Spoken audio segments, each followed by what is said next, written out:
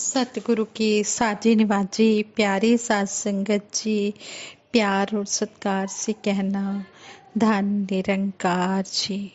सतगुरु माता जी निरंकारी राजपिता जी के आशीर्वाद से दासी इस निरंकार की चर्चा कर रही है, जो निरंकार हमें दिखाया गया है।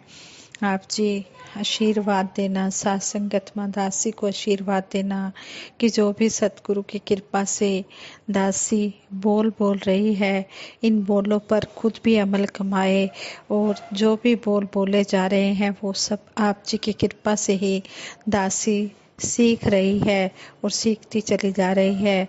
इसी तरह आप जी अपना भरपूर प्यार आशीर्वाद दासी को देते रहना। साथ संगत जी, निरंकारी महापुरुष मिलने और विदा होने पर एक दूसरे को धन निरंकार कहते हुए आपस में चरण स्पर्श करते हैं। यह अभिवादन की एक अनूठी मिसाल है, यानी कि यह स्वागत होता है संतों महापुरुषों का। जीवन में कहीं कोई सूक्ष्म अहंकार रह भी गया हो तो प्रत्येक भगत के सामने झुकने और चरण स्पर्श के द्वारा वेलकम करने से वह भी खत्म हो जाता है। यह नमन किसी व्यक्ति के शरीर को नहीं होता, बल्कि परम पिता परमात्मा की अंश उस आत्मा के सामने होता है, जो निज स्वरूप को पहचान कर भक्ति में लगी होती है। नम्रता अभिमान रहित जीवन की परिचायक है। यह एक निरंकार ईश्वर को ही निरंकार मानने का भी प्रतीक है। निरंकारी श्रद्धालु एक दूसरे के चरण स्पर्श करते समय भी धन निरंकार का उच्चारण करते हैं। धन निरंकार का शुद्ध रूप है धन्य है निरंकार। यह प्रभु के प्रति हरदम धन्यवाद प्रकट करने के भाव को ही प्रकट करता है। यही कारण है कि संसार का हर मानवता प्रेमी इसका अंग बन रहा है। जब भी हम फ़ोन पर किसी से बात करते हैं या हम फेस टू फेस मिलते हैं तो हम सबसे पहले यही कहते हैं, महापुरुषों जी धन निरंकार जी। इस निरंकार को ही हम धन्य कहते हैं और इसी का ही सहारा लेते हैं। इसको अंग संग महसूस करते हुए इसके एहसास में रहकर हम जीवन बिताते हैं तो हमारे वो जीवन का हर पल जो है वो पूजा बन जाता है। और सतगुरु हमें ब्रह्म ज्ञान देने के बाद ये धन निरंकार करने की विधि भी बताते हैं और साथ ही हमें सेवा सिमरन सत्संग के बारे में भी बताते हैं। कहते हैं संपूर्ण अवतार बानी शब्द नंबर 72 में शहनशाह जी कहते हैं, साधी सेवाओ कर सके जिस तो आप करावे है, अवतार उगावे सिफत हरि दी जिस तो आप गवावे है। जिससे सेवा करवाना चाहता है वही सेवा कर सकता है, जिससे सिफत गवाना चाहता है, इस निरंकार की चर्चा करवाना चाहता है, उसी से ही यह चर्चा करवाता है। इसकी कृपा के बिना कुछ भी नहीं हो सकता। इसकी कृपा इसके हुक्म के अनुसार ही सब कुछ होता है। कहते भी हैं, ना हम किया ना करेंगे ना कर सके शरीर, जो कुछ किया सो हरि किया हुआ कबीर कबीर। कि जो कुछ भी करने कराने वाला है ये परमपिता परमात्मा है। सतगुरु अपने भक्तों को तन मन धन से सुखी करने के लिए सेवाएं प्रदान करता है। जो सेवक उस फरमान को उसी समय मानकर सेवा कर जाते हैं वही लाभ उठाते हैं। सेवा मन को विशालता, नम्रता, मिठास, प्रेम और सद्भावना प्रदान करती है। सेवा मन मर्जी की नहीं होती बल्कि गुरु के हुक्म से होती है। जो सेवक दास भावना से सेवा करता है वह सतगुरु को भी अच्छा लगता है। वो कभी यह नहीं कहता कि मुझे यही सेवा करनी है या इसके साथ ही सेवा करनी है। सेवादार तो हुक्मी बंदा होता है। जब भी सतगुरु से किसी सेवा के लिए आदेश आता है तो वह गुरु भक्तों के लिए कुबेर के खजाने खोलने वाला होता है। मिशन का इतिहास देखें तो जैसे देश के विभाजन के बाद बहुत से महापुरुष इंडिया पहुंचे। बेशक उस समय उनके पास रहने के लिए घर नहीं था और पहनने के लिए कपड़ों की भी कमी थी। रिफ्यूजी कैंपों में भी उस समय कईयों को रहना पड़ा।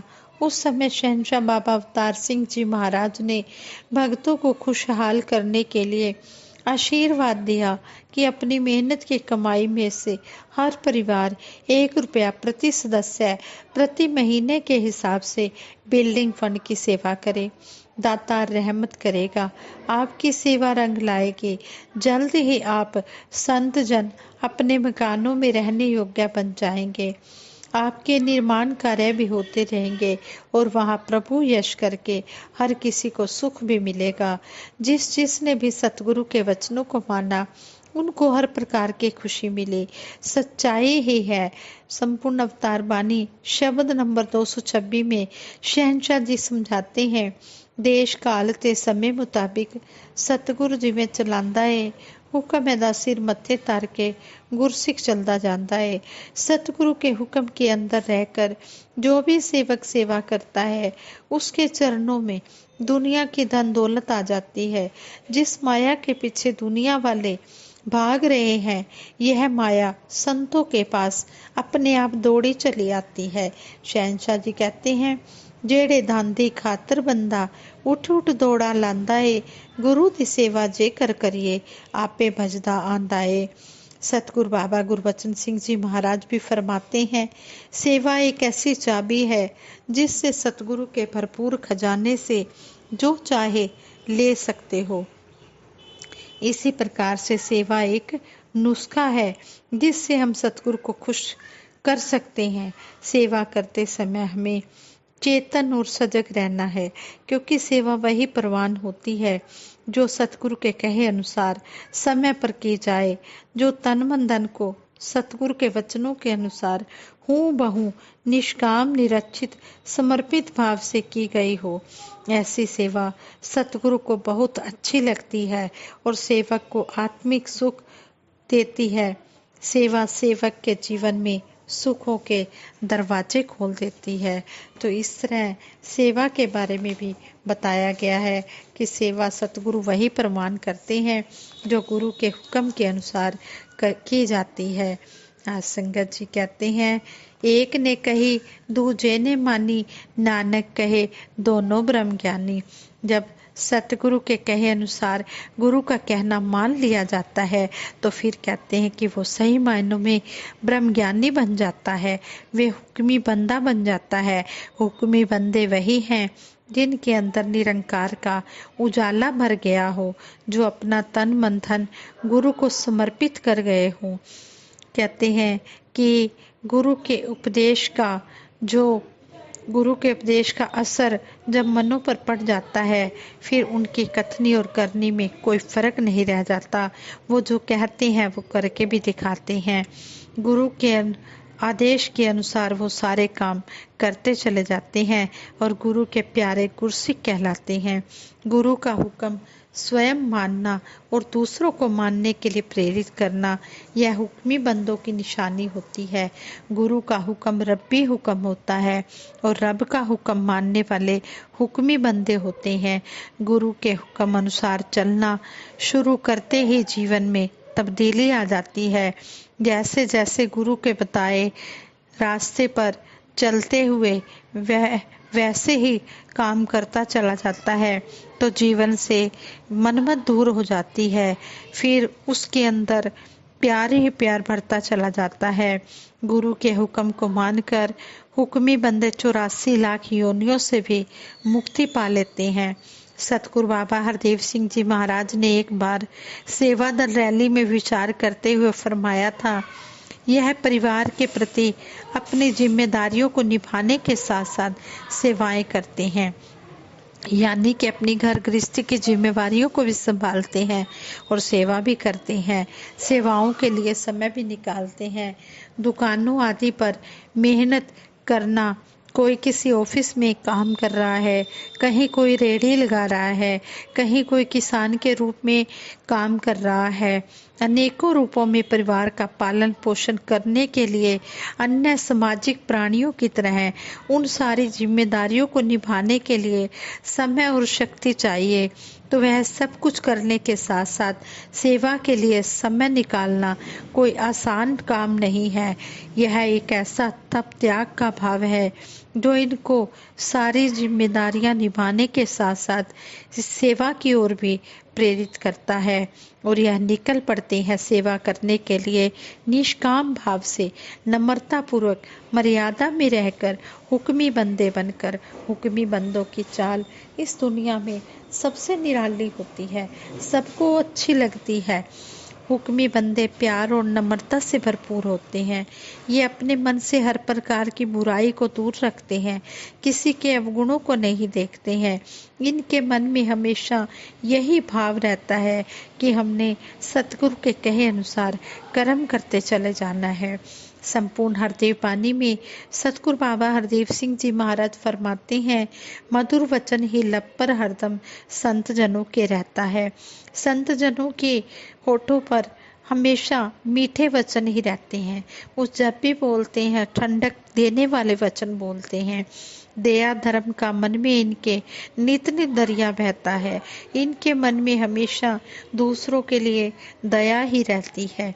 ये दया का भाव ही रखते हैं, चाहे कोई इनके साथ जैसा भी व्यवहार करे, लेकिन ये कभी भी उनके साथ वैसा व्यवहार नहीं करते जैसा कोई बुरा व्यवहार कर रहा हो। ये हमेशा अच्छा ही व्यवहार करते हैं। इनके मन में हमेशा परोपकार की भावना ही होती है। इनके मन में करुणा दया वाले भाव ही होते हैं। जिस तरह कहते हैं, बुरियां नाल सब बुरा करेंदे, माफ करन कई सियाने, बुरियां नाल भी नेकी करनी, ए गुरु नानक जाने।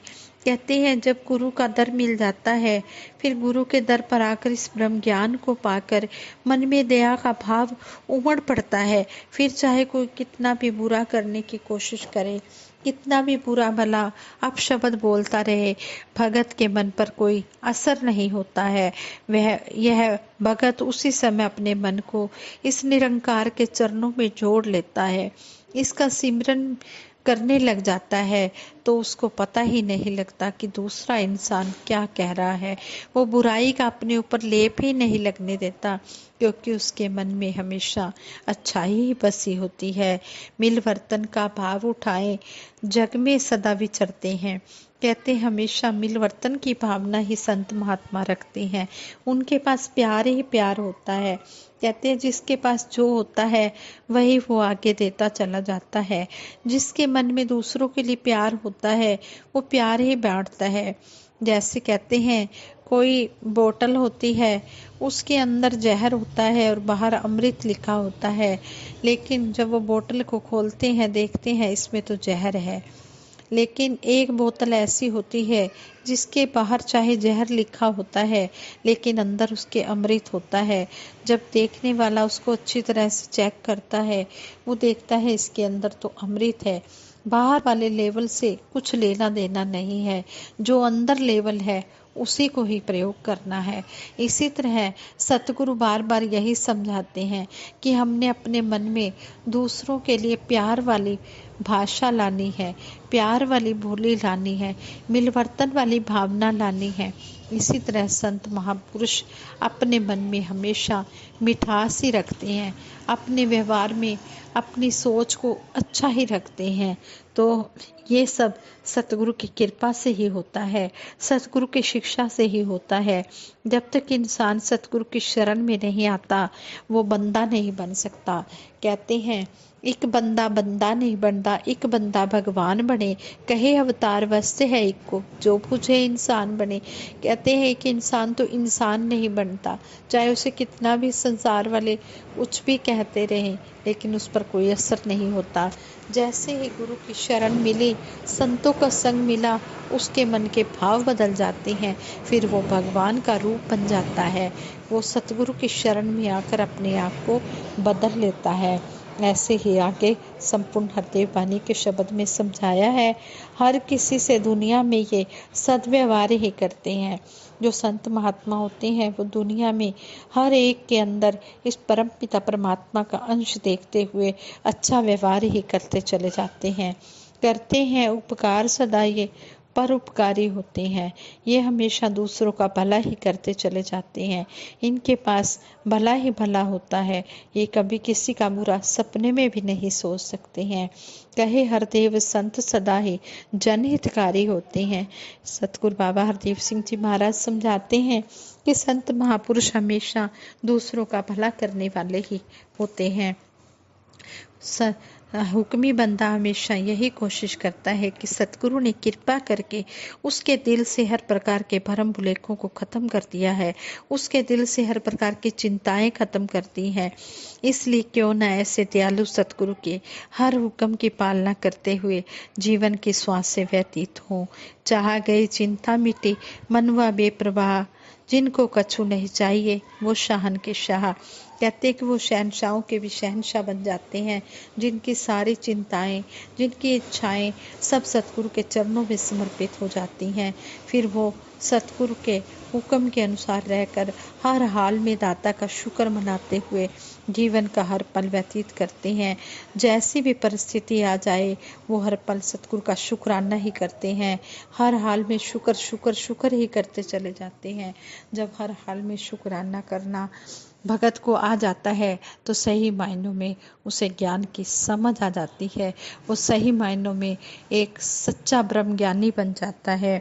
इसी तरह कहते हैं कि वह भगत अपनी संसारिक जीवन यात्रा को सुखद करता ही है और अपना परलौकिक भी पक्ष भी उज्जवल कर लेता है। आओ दातार से हर पल यही आशीर्वाद मांगे कि जो हम वचन सुनते हैं संतों महापुरुषों के, जो पढ़ते हैं सुनते हैं, इनको हम अपने जीवन में धारण करते चले जाएं और अपना लोक सुखी परलोक सुहेला करें। और 84 लाख योनियों से जो हम ये जो योनियों के बाद इंसानी जामे में आए हैं, इस इंसानी जामे में हमें सतगुरु ने ये मुक्त करने का जो हमें रास्ता बताया है, इस रास्ते पर हमने अंतिम श्वास तक चलते चले जाना है, सतगुरु के आशीर्वाद लेते चले जाना है, संतों महापुरुषों की चरण रज लेते चले जाना है और अपना अंतिम श्वास जो है सतगुरु के चरणों में ही हमने व्यतीत करना है। हमारी सतगुरु के चरणों में अंतिम श्वास तक तोड़ निभ जाए। और सभी के लिए दासी सतगुरु माता जी से ही आशीर्वाद मांगती है सच्चे पातशाह सभी को हर प्रकार की खुशियां देते हुए, तन मन धन की सारी खुशियां देते हुए सभी को सेवा सिमरन सत्संग के साथ भी जोड़ के रखना, ये भी जीवन का सभी के जीवन का एक अटूट अंग बन जाए। सभी इस बात की तरफ भी ध्यान दें और इस बात की तरफ महत्व दें, सेवा सिमरन सत्संग को। खाओ खर्चो रल मिल भाई, तोट ना आवे वदो जाई। ये नाम रूपी खजाना हम जितना जितना खर्च करते जाते हैं उतना उतना ये बढ़ता चला जाता है। इसलिए हमने इस नाम धन को भी ज़्यादा से ज़्यादा इकट्ठा करना है। हमने संसारिक गृहस्थ की जिम्मेवारियों को भी निभाना है और इस तरफ भी हमने अपना पूरा ध्यान रखना है। यही सतगुरु से हम आशीर्वाद मांगते हैं, यही प्रार्थना करते हैं, यही याचना करते हैं। साथ संगत जी प्यार से कहना, धन निरंकार जी।